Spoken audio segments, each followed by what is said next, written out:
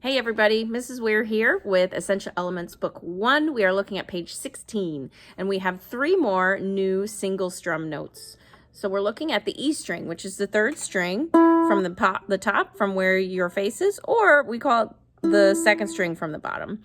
Either way is fine. We have open E as the 1st note. So I'm using my thumb to strum, like I'm holding it with one hand and I'm just using my thumb to strum. First finger is F, first finger, first fret.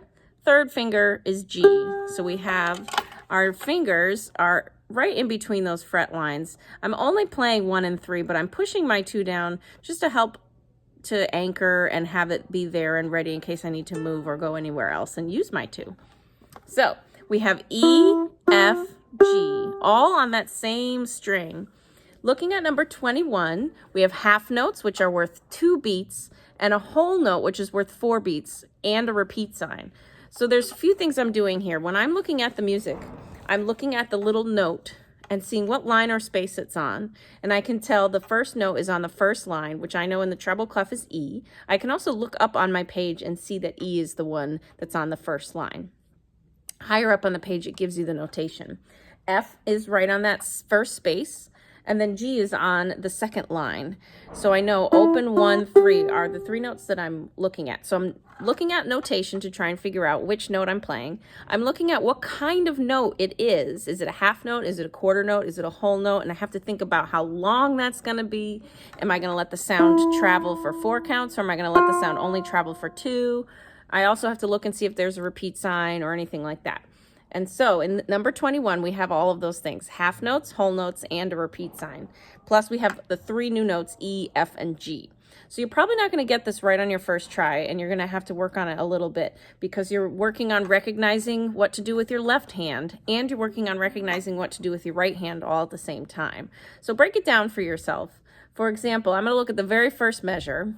It's just E for a half note and F for a half note. So I'm going to count off 1, 2, 3, 4, E, F.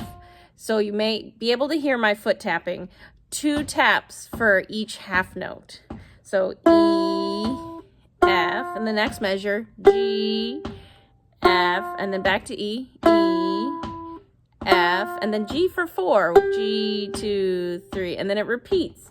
E, F, G, F, E, F, G, 2, 3, 4. The sound doesn't necessarily keep going for 4 counts, but it's a way for us to practice counting and recognizing these kinds of notation. We won't necessarily have whole notes in a lot of single strum ukulele, but it's a good way to practice because you never know what instrument you might be playing.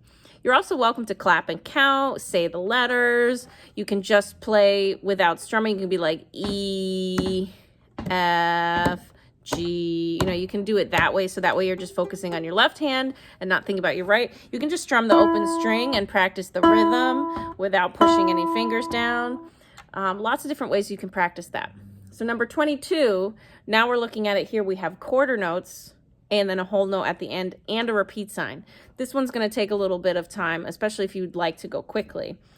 So if I'm reading it, this is after practicing several times. E, E, F, G, F. Those are my 3 notes again. Open, 1, 3, 1, and those are the notes we're working with. And so after practicing several times, making sure I know what's coming, making sure I know what the rhythm is, I'm ready to play.